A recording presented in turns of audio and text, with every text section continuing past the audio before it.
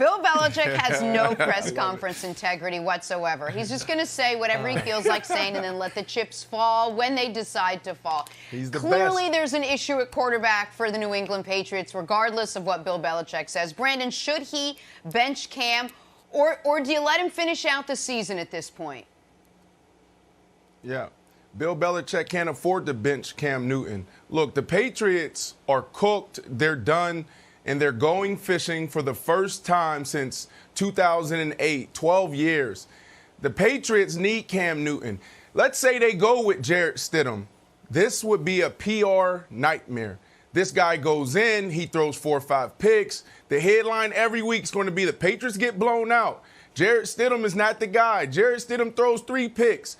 Look, the New York Jets may get their first win if they go with Jarrett Stidham. So Bill Belichick knows he needs Cam Newton because, look, you're out of the playoffs, but moving forward, you don't want to go into the offseason on a 4-game losing streak. You look at that game last night, Nick, they were in it.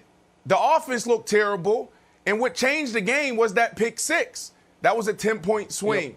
Yep. If it wasn't for that, who knows what would have happened in the 3rd, 4th quarter. Bill Belichick needs Cam Newton. Cam Newton needs to find his confidence and finish the season strong. And by the way, just if you didn't watch last night, it looked like the Patriots had a pick 6 to make it 10-7. Players ruled down. Couple plays later, Cam throws one of his own. It's 17-0. And like I said yesterday, the Patriots are an offense that can't overcome a holding penalty, let alone a defensive touchdown by the other team. It was over. It was over that moment. By the way, the under came in America. You're welcome again. But on the Cam Newton question, he is not blocking some quarterback of the future's development. Again, we have no memory, but I will remind America, when Cam couldn't play, Bill Belichick started Brian Hoyer. Jarrett Stidham has thrown 33 passes this year. 3 of them have been caught by the opposing team. So as bad as Cam has been, there is not the next quarterback of the Patriots on the roster unless somehow it is Cam. Now, I am as skeptical of that in this moment this morning as I've ever been. But the quarterback on the roster that they need to evaluate for next year, because unfortunately, Wilds, at this point, it is all about next year, is Cam. To find out, is he cooked as a player, or is he simply still dealing with some injury to where you can see him getting better at the end of the year? Because if Cam Newton is not the starting quarterback for the 2021 New England Patriots, then whomever that person is not on the roster. It is not going to be Jarrett Stidham, and it's obviously not going to be Brian Hoyer, Wilds. Well, that's the scariest part for me. And, Nick, as you know, you have your committee. My own committee was up deep into the night. It was Ben Affleck, Matt Damon, Paul Pierce, Manny Ramirez, myself. We all gather at my home after Patriots games. And I'm unveiling the first Wilds Tears. It's Tears of the Patriots, if we can put them up here. This was the most painful moments for me, Nicholas. First up, it was a rushing Hail Mary. End of the half. What are we going to do? A Greg Williams favorite. We ran the ball. That's how inept the offense is with the camera. He can't throw it to the end zone. We ran the ball, actually picked up a lot of yardage. So I was like, hey, that's not bad. At least it's good for your fantasy teams. Nope. Nullified on a penalty. Coming back. What's the next line? Aaron Donald and the Rams defense. 6 sacks. And there's Cam Akers, who, if I check my notes, ran for 800 yards. First play down, first drive. I'm like, this game's over. This game was over. Are they going to score in 1 minute? All right, next up, Josh McDaniels and Nick Folk. Don't get me wrong, Nick Folk did a good job. He made 3 points. The only Patriot doing anything on offense.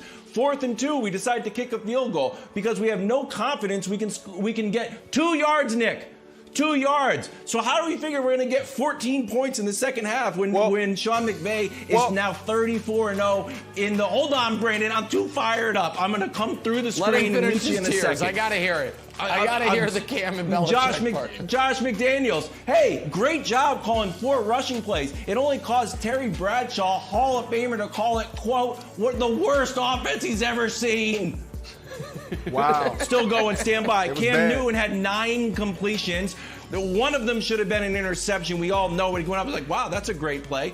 And then finally, the future. This was the most painful part. What is happening? We have no chance. You guys are like, well, maybe evaluate Cam. Guys, let's just call it like it is. The guy had 9 completions. It doesn't look good. I want to root for him. But it's not Stidham. Do you? It's not Brian Hoyer. It's not Cam. I do. I love Cam. It's not Cam. And if you say Carson Wentz, I'm going to take my microphone off and come through the screen. So those were the Wilds tiers. The committee and I were up. You do it a lot more, non-emotional, but the committee Who's was on your very committee fired again? up last night. The fact that Matt Who's on Damon your had to come committee all the again? I way from LA. appreciate- It's Who's a on lot your of everybody committee? who was in the town, basically. Everybody who was in the town. Just a little I town appreciate, credit list. Including I Manny appreciate Ramirez. you. Yes, that's right. I appreciate you actually naming your guys on your committee. Nick Wright, can we please get a glimpse No. into your committee? Who's in your No, committee? no. No. Okay. We're cloak and dagger. It's like the skulls. No. You can't know. You can't deal with the threats and the blowback from that. I want to say one thing about someone on Wild's tiers that Jenna, I know we're going to get to later in the show. Aaron Donald now has 45 and a half sacks in his last 45 games. I want Wow. we saw J.J. Watt 7, 8 years ago go on an unbelievable run where we talked about his ranks amongst the all-time great defensive players. Aaron Donald has a legitimate chance to become the greatest interior defensive lineman in the history of the league. He has a real chance Yes, for that. sir. And we are watching absolute magnificent, unprecedented level of play on a week in, week out That's right. basis. And I just wanted to highlight it for a moment before we move on because he's unstoppable in this league. And guess where he's from? He's from Unstoppable. Pittsburgh. Penn Hills boy. Oh, yeah, that's true. Pittsburgh in the building. Yeah.